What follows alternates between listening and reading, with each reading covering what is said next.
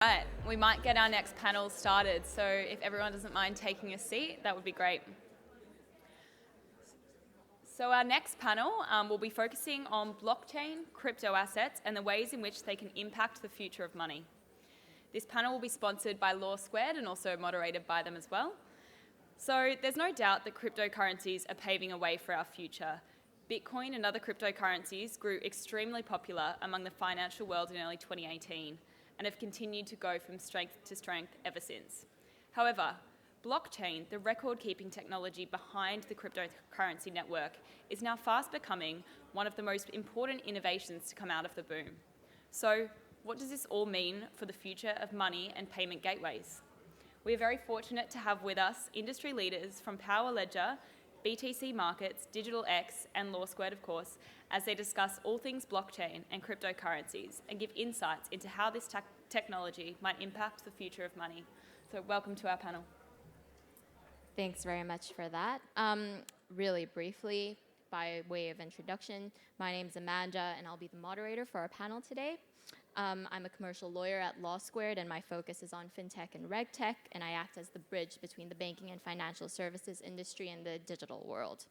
Law Squared is a new law firm that specializes in working with Australia's leading disruptive businesses, ASX-listed companies, and multinationals, and we're extremely excited to be joining FinTech Australia as an ecosystem partner for the very first time this year.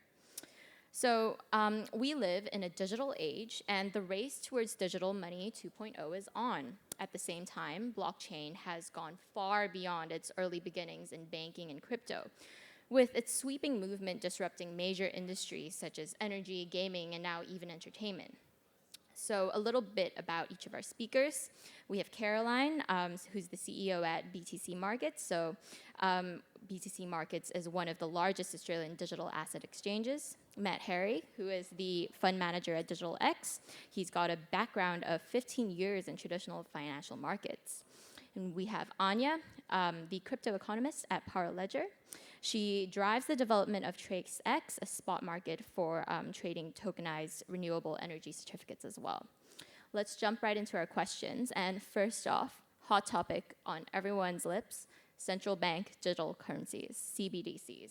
So China's issued their digital yuan. What are your thoughts on this movement, and how do you think it'll affect banks and fintechs?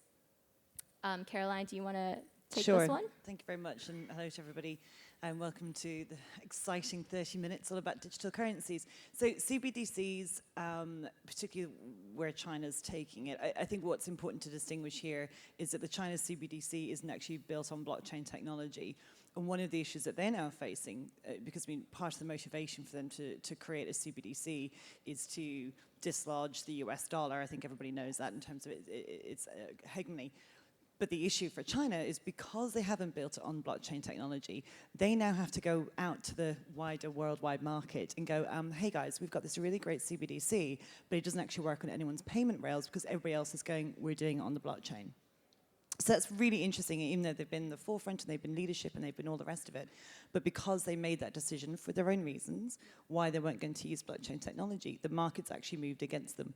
And obviously they've been building this since 2014, and in 2014 it may have required a bit more foresight at the time to predict the sheer speed of uptake of blockchain tech. But nonetheless, you can't dispute their leadership position. But just to kind of bring it back to the blockchain piece, it's turned out to be a bit of a disadvantage for them. Their lack of that. What would your thoughts on it be, Matt? Yeah, look, the CBDC piece is, it's an interesting thing, and I think a lot of it has been accelerated by, well, initially it started with digital assets and digital currencies was where it all started, and stable coins. But then I think the race to the CBDC part of things really started to accelerate when big tech entered the tokenised money market. So you had, Facebook talking about Libra, their own kind of digitised money or tokenised money to be used in their own ecosystem, rebranded now as Diem. But they've got 3.3 billion users. So I think the central banks saw pretty quickly, and people might say, look, that sort of stuff would never get through the regulators, but I think Facebook's got more political power than most nations.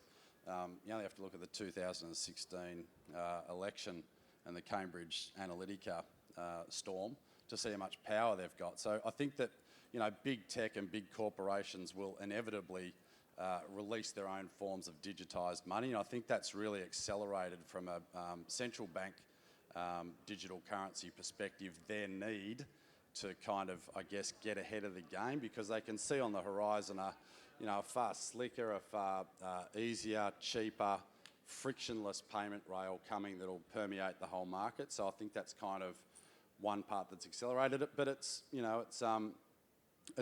very different to a digital currency or a decentralised currency in that it's extremely centralised, and there's huge privacy concerns. I mean, you know, the Chinese government are basically going to have a full financial thumbprint of each of their citizens.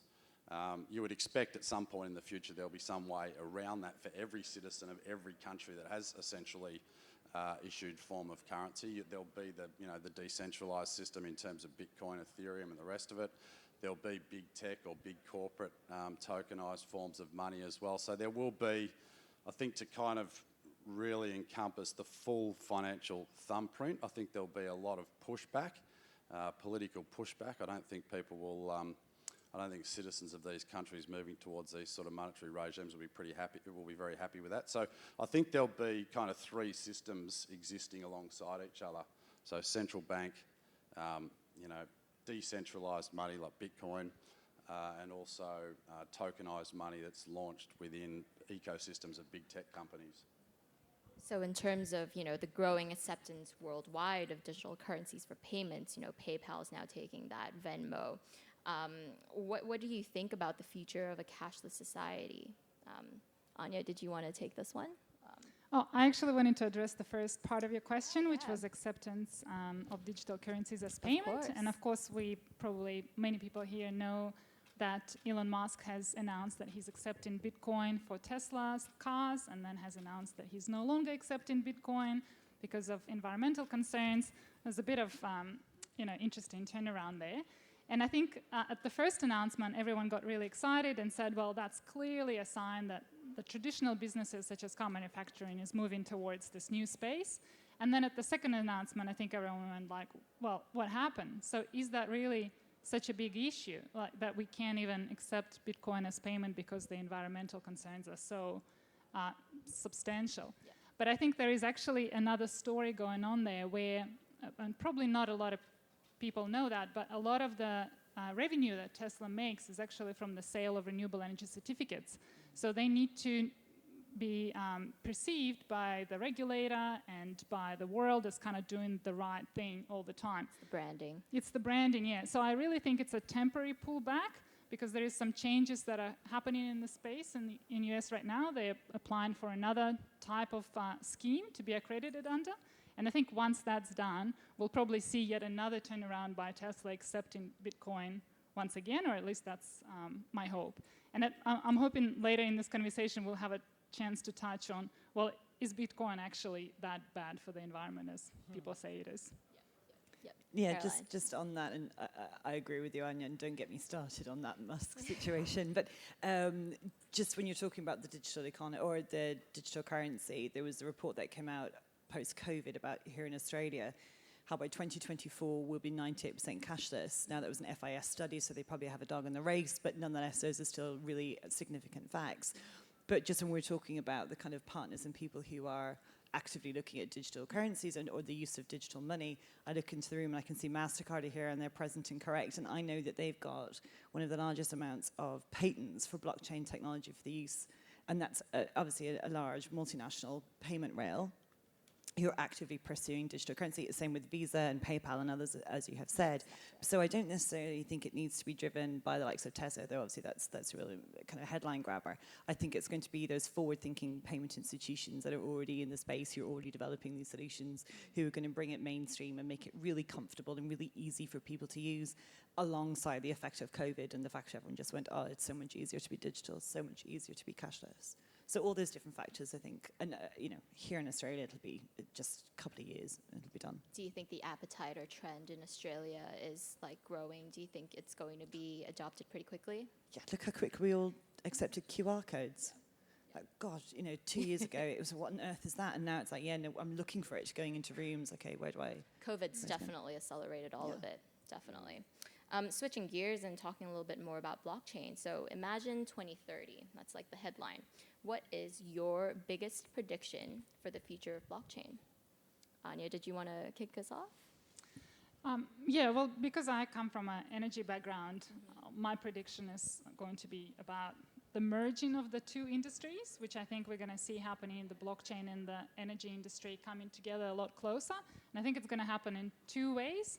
So the Bitcoin miners right now, they, if they're operating in areas that have compliance renewable targets, they actually have to do all the same things that typical utilities have to do, where they have to install renewable generation on site, or they have to purchase certificates. So they actually, in that way, promoting the new renewable assets being built. Yeah.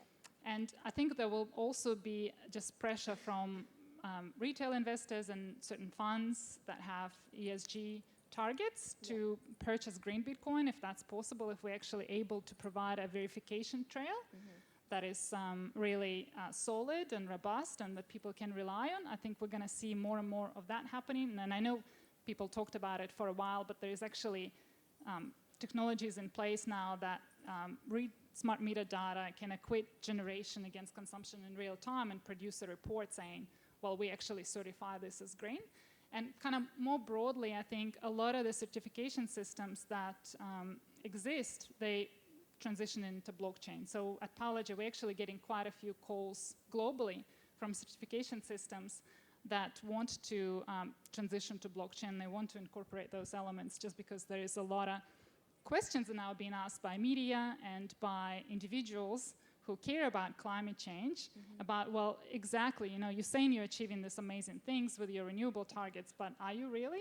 We want to see some proof. So there's just growing pressure on companies to adopt that. And Powerledger recently joined the Zero Carbon Certification Scheme. So we're supporting the development of a certification standard in that space.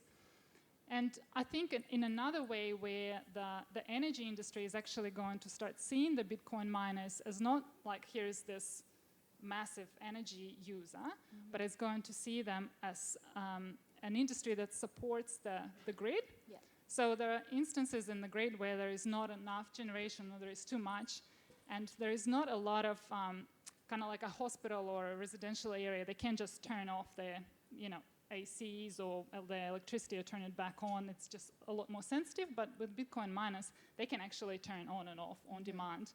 So I think we'll see some kind of agreements being put in place and some markets that are created to enable like a price signal of when you need to turn on your Bitcoin mining and when you can actually consume excess power for free. And we'll see a lot of those contracts merging. Right. That would be very useful to have that ability to do that. Matt, did you want to give your biggest prediction? Yeah, sure. I don't know about predictions, but I think digital identity is going to be a big one. I think any monetary system and any really open up borders and free up commerce and financial services, I think blockchain-based digital identity is going to be a big part of blockchain's future. And just to cycle back on to relate it back to FinTech and the picture I was trying to paint before with this kind of three-pronged monetary system that I see in the future, I think as we start to move away from banks, that'll kind of reduce the flow and richness of the data that's coming through banks. So just like open banking opened up all these opportunities for FinTech, I think as we move to kind of a three-tiered or a three-pronged monetary system, I think a lot of that data flow will be lost. And that's a bit of it's an opportunity, but it's also a threat for FinTech because, open banking opened up a lot of opportunities for FinTech, new products that were spun off as a result of extra transparency of data. And I think once you start to kind of split the monetary base up amongst different channels, then that obviously that has an impact on the amount and richness of data coming through. But I think in that there's an opportunity for banks and FinTechs in moving towards crypto and providing services or products around the crypto space which I think could be a really huge opportunity in coming years. Definitely, and I think in terms of compliance as well, it'd be really interesting to see the stance for regulators in that space as well. Caroline, your biggest prediction? 2 words, DeFi. So, yeah, I'm going to boo here next to me. So we published research in February of this year. We conducted a survey of kind of Australians to see what their views were, just actually around cryptocurrency. And what we found was that more people were investing in crypto than were actually investing in precious metals and fixed income, which surprised us, actually. We were kind of caught in the hop. But we saw that across our own exchange in the sense of there was a 5-fold increase in SMSFs coming on board over the course of last year. We've seen our over 60 demographic move from 5% to 10% of our exchange, which as the exchange is growing, obviously you see that increasing horde. My point of that is to illustrate how quickly the regular everyday Australian is getting across the subject of cryptocurrency. The next evolution, as far as I can see coming, is going to be in decentralized finance. And this is where the big issue is, the big opportunity is for blockchain, but also it's a question then for Australia, because kind of as I learned earlier on today from a very well-informed person in the room, that the DeFi infrastructure is actually priced in the US dollar stablecoin, kind of replicating, I suppose, what's happening in the mainstream kind of traditional finance. The issue is for Australia, because we haven't got an Aussie dollar stablecoin to go alongside it, we're literally going to be bleeding our, well, not just a market share, but we're just be handing away the keys to the castle to somebody else, to another country to determine. And that's going to be an issue for Australia to grapple with by people far smarter than me and who are far more across this issue. But you know, those are concerns that we're really going to have to actively start addressing, because obviously different opinions around where DeFi is going, but my own personal point is that that's where I think a real opportunity is in blockchain. If you want me to respond. Yeah, I disagree on DeFi. I think there's a lot of crypto zealotry out there. You know, there's this whole thing of the decentralized future has arrived and it's all happening now, and DeFi and NFTs are the future and all this. We've seen it 100 times before. 2017 it was ICOs, then it was STOs, then it's Web 3.0, now it's DeFi, now it's NFT. The benefits to these things have to be more than marginal. And I think most people, in terms of interacting with financial products and financial services, like to have a steward by their side. You know, it's not many people know how to audit a smart contract. Even on a very basic level, you know, peer-to-peer lending, not even decentralised, even a centralised model in Australia has taken a hell of a long time to get any traction. And that's one of the most simple financial products that you can think of. So, you know, people talk about DeFi being the future and that it's all happening now and you've got to get in now. I'd be very, very careful, because when you actually try and interact with some of these protocols, they're so far from ready, they're just so difficult to use and complicated, that if people think there's institutional adoption coming to that portion of the market anytime soon, they've absolutely got rocks in their heads. And it's a compelling, there's always a compelling story around these things, but compelling stories don't, you know, they're stories. Well, not to disagree with you, but I think the question was about future, as opposed to where we are in present day. And I would agree with you, there is a long road to go within decentralized finance, within DeFi. There's no question on that. But if you're asking me to pinpoint a time in the future and where I think that's going, that to me seems to be where the trend is heading. Yeah. Or that seems to me, because I agree that there's a lot of wrinkles. Yeah. No question. I don't think at the end of the road, though, either. I don't think at the end of the road, I don't think people, particularly in a truly decentralised fashion, without a central kind of controlling interest in a peer-to-peer financial product to steward the mum and dad and the ordinary guy in the street through a financial transaction, I think people are happy to pay a marginal amount to have that stewardship, to feel some kind of confidence that they're actually, you know, they're not being hoodwinked or... I don't disagree in the sense of for the stewardship, and obviously people have an emotional bond with their money. And there's a lot more complexity to it as a relationship. But likewise, history just keeps on showing us that humans tend to move past and further past these roadblocks as we perceive them, and behaviours tend to change. And that's why I'm kind of more bullish on it perhaps than yourself. I just have I just have a sense that the technology will develop at such a pace and that humans will catch up with it. Maybe not here in Australia, because I do take on board your point about, I mean, I do think, obviously I'm not Australian, and coming from, I spent 10 years in Asia, and so coming in here, it's a different marketplace, and it is a slightly more conservative marketplace, I would agree with you there. But on a global trend, if I look elsewhere, I think we'll probably see it driven out of other markets and who will refine the product before perhaps it reaches Australian shores. But that said, I mean, there's some great DeFi projects coming out of Australia, at Sydney, I think in particular. Anyway, we've digressed, so I do apologise. But it's really interesting to talk to Matt about it. So sorry, I'm going to cop a lot of heat from the zealots after saying that publicly. But We'll see what happens in 2030. We'll find out then. But moving on, switching gears. So, what are the industries and adjacent technologies that you predict or see that can combine with blockchain to create a next level advantage? Anya, did you want to talk a little bit about this one? I'm going to have a very predictable answer. It's Yep. the energy transition. Yep. And but I have I think a really compelling point, because what is blockchain? It's a decentralized technology, and what's happening in the energy sector right now? It's getting decentralized. So for so long we've had a very centralized system with energy flowing one way and financial transactions flowing the other way. Mm-hmm. And now we have multiple nodes, and you can look up that simple math on, like, if you have 5 connections, you have that many nodes. If you have 100 connections, if you have 100 nodes, you have that many connections. Basically, what you end up with is an ecosystem of participants in that energy industry that is extremely complex, and that someone needs to kind of have a full visibility of. We need a single source of truth. And then blockchain also acts as a market enabler, so facilitating people making microtransactions with each other without necessarily having to go through the retailer or whoever that might be. So I think it's not just blockchain, obviously. It's automation. There is a lot to automate. There is some machine learning that needs to be applied, and then blockchain has a definite role to play as a key enabler. Yep, definitely. Matt, did you have anything you wanted to add to that?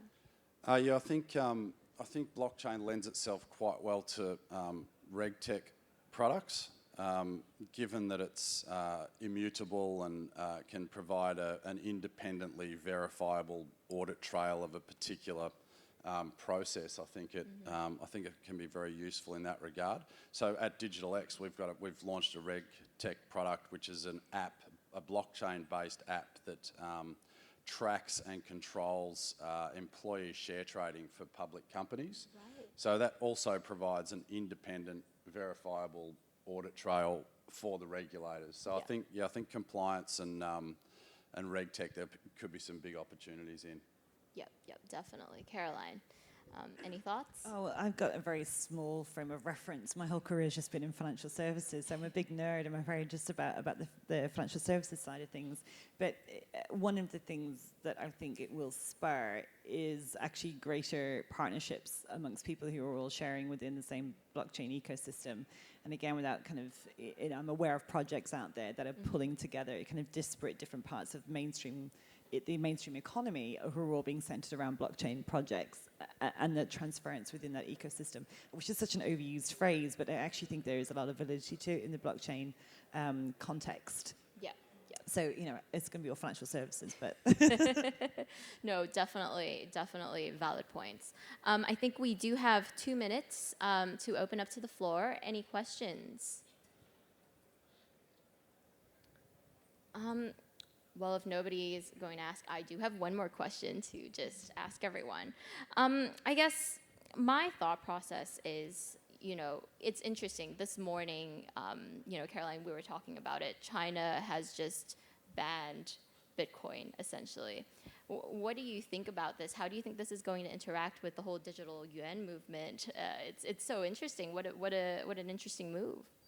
So, as in, why did they bag it? Well, what are your thoughts on it? So why I think they bagged it? Yeah, definitely. So I think that they, and they've been very clear, as we all know, about what the role of their CBDC is going to be, and it is as much about the control that you've identified over their citizenship. And Bitcoin is the very antithesis of what their CBDC is. They have been actively pushing forward their CBDC project. It is no coincidence, I suspect, in timing, that as that is about to go live, they in turn have gone, right, lads, we're banning the crypto because that's that's going to be the issue that we're going to see. And it's interesting as well, because if you look at other countries where they've put these bans in place, it's not exactly a list of countries that you necessarily want to join.